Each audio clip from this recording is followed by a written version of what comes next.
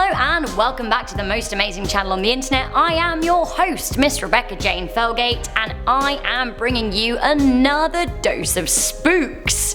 Why? Because I am talking the top 10 scary towns that disappeared. Before we get into it, why don't you guys tell me a scary story about your town in the comments section down below. I live in a city, but apparently there's a monster that lives in Lake Ontario. Ooh. To check out our source links, do check out the description box. Also, while you're down there, why don't you like this video and share it with a friend. Also, in the description box are links to our most amazing Instagrams, so go wild! Also, stick around to the end of the video where I'll be reading comments from a previous one. Alright, coming in at number 10, we have Pompeii. Pompeii is such a sad tale. As many of you are likely to know from history class, Pompeii was an ancient city near modern-day Naples in the Campania region of Italy. The issue with Pompeii that it was built at the base of Mount Vesuvius, a volcano that spilled her fury in 79 AD. The city had been in existence for thousands of years before the eruption, and by the time of its demise, it was a thriving Roman hub. The eruption covered Pompeii in 4 to 6 meters of volcanic ash, burying the city but largely preserving a snapshot of Roman life. The lost city of Pompeii was rediscovered over a millennium and a half later and was excavated in the late 1800s. These days, more and more of the city is being uncovered under the ash and pumice. The area draws in 2.5 million tourists now each year who delight in the macabre history of the Roman town. Indeed, it is possible to see ash-covered corpses of bodies nearly 2,000 years old. Coming in at number 9, gone overnight, we have Chaohu. With a simple flick of an administrative wrist, the Chinese city of Chaohu disappeared overnight, which is pretty worrying. Can China just cancel cities these days? It seems so. Chaohu was a city of 4 million people and was known for housing a Han Dynasty tomb and a large freshwater lake.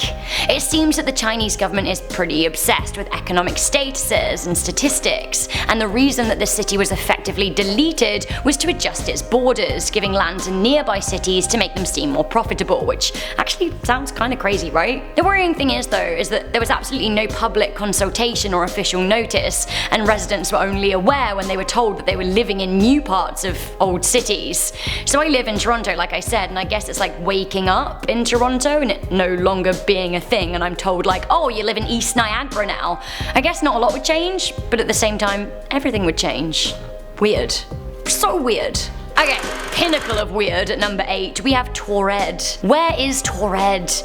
Is it a place or does it exist beyond our universe? We have talked a little bit about the man from Torres on Most Amazing a few times, but now I want to talk more about the country itself. But first, let me recap. In 1954, a man was detained at the Japanese border in Haneda. This is in Japan, and he arrived on a plane from Europe. The man was affronted at the border control officer's questions. He claimed that he was on his third business trip to Japan that year. When he was searched, he had a wallet filled with a mixture of currencies, seeming to verify his business traveler status.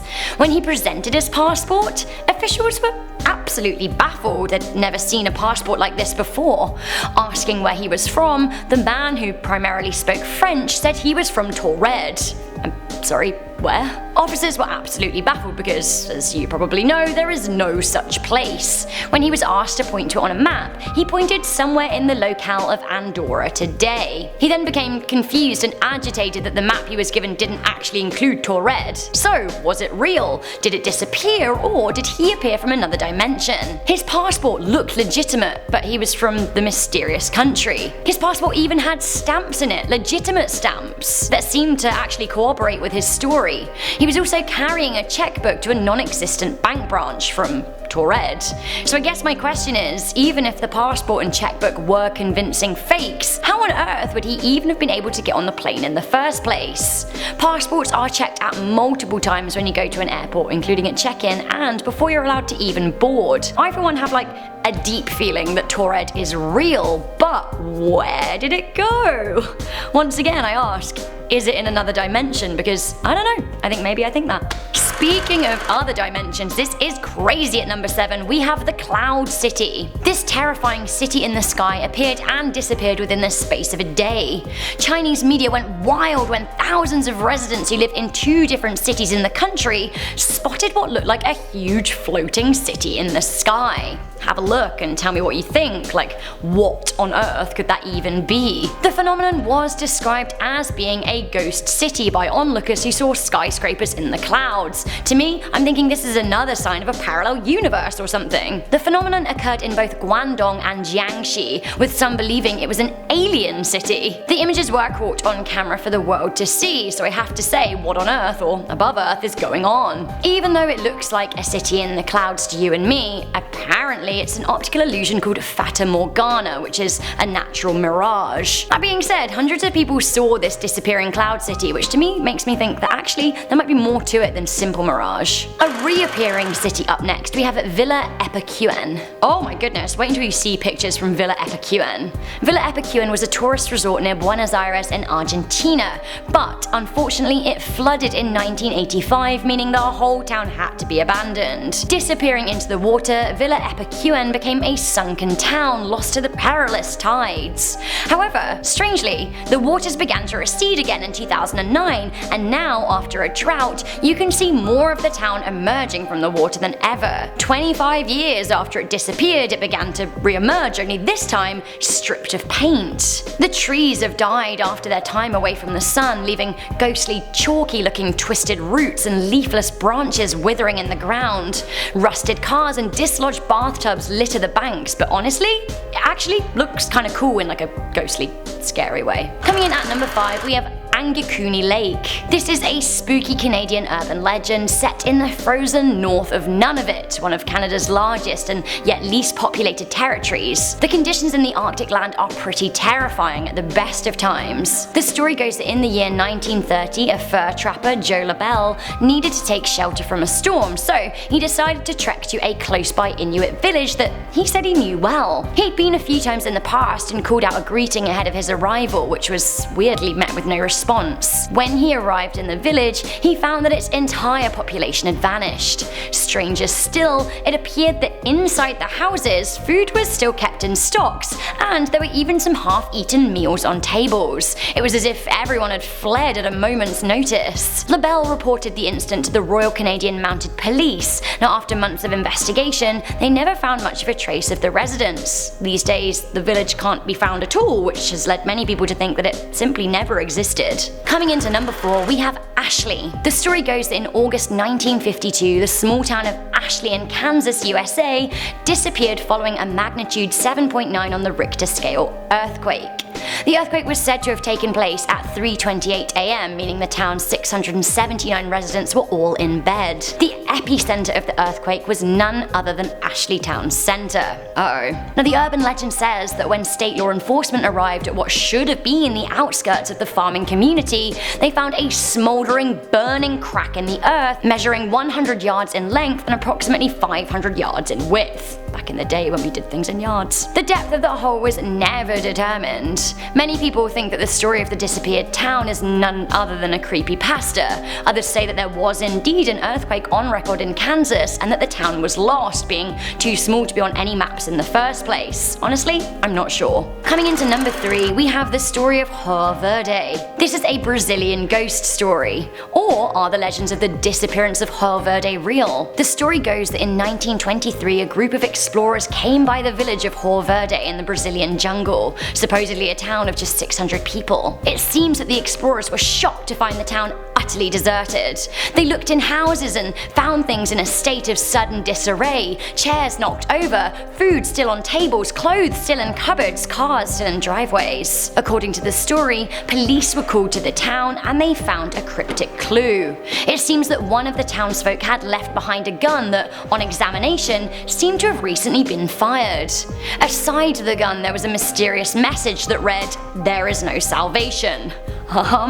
Some people think that the town was abandoned in order to avoid conflict with guerrilla militias, which were a problem at the time. Others think that the disappearance had something to do with religion. To this day, nobody knows. Coming into number 2, we have the crazy story of the town on fire. Did you know that there is a legitimate abandoned town in Pennsylvania that is not only empty, but has been on fire for decades? Centralia was a thriving mining town in Columbia County with a population of a few thousand. These days, just 7 remain clinging on to their doomed homes. It seems that all was well in Centralia for a very long time. It had been an active mine since the mid-1800s. Unfortunately, since 1962, it has been burning from the inside. It is suspected that the fire started from deliberate trash burning and could well keep burning for a further 250 years, which is absolutely insane. The residents first noticed the fire when smoke began billowing from the ground, accompanied by a foul smell of burning trash. Not only that, carbon monoxide was detected seeping from the ground. With temperatures hotter than the planet Mercury, it was decided that it was too dangerous to even try putting out the flames, and as a result, the town was evacuated slowly. But many people remained living there until 1981. That was when a 12-year-old boy fell into a sinkhole that suddenly opened up in his backyard. He survived by clinging onto a tree root, but from the hole came a plume of hot steam found to contain poisonous gas. That was it for the rest of the town. These days the town is deserted save from 7 people who just won't leave, but once again, that fire still burns. Okay, are you ready for the saddest story that you'll hear today? Coming into number 1, we have OradoursurGlane. This town was eradicated in one day at the merciless hands of the Nazis. During the German invasion of France in the Second World War, the village of OradoursurGlane was the subject of a bloody massacre. On June 10, 1944, SS soldiers destroyed the village, killing 642 of its inhabitants. There was one sole survivor of the attack and 20 escapees. Now the SS invaded and rounded up men and shot them at point blank range in the barn, which actually may have been a better fate than that awarded to the women and children. They were rounded up into a church that was then set on fire by the German soldiers. You can imagine how that ended. Former French President Charles de Gaulle ordered that the town remain untouched as a memorial to those who lost their lives there. Cars lay in ruins, buildings are crumbling, and shops contain what was left of their stocks after the village was ransacked. Tourists can now visit the town remains and nearby memorial centre. I'd actually love to go and pay my respects. It sounds creepy, but honestly historically really cool. I'd better watch out though, because the ransacked town is said to be haunted, and of course it is. So guys, that was that. Thank you for watching. What did you think to these towns? Do you have any stories that are scarier from your own towns? I would absolutely love to hear them in the comments section down below.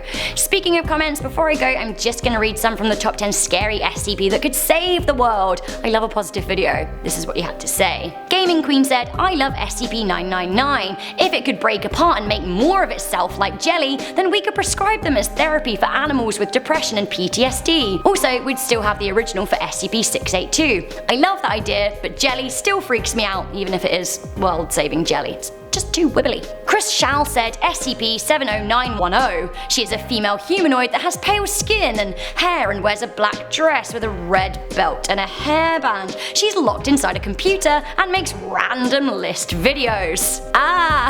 It's like the Inception. You're sending me mad. Am I an SCP? Has anyone actually seen me in real life? Maybe I do just live inside the computer. I need to go away and rethink some things. Thank you guys for watching. Please leave a thumbs up, share this video with a friend, check out the links in the description box. Stick around, we've got a whole playlist of joy coming at you. Joy with an asterisk, because some of them are pretty scary. See you soon. Bye!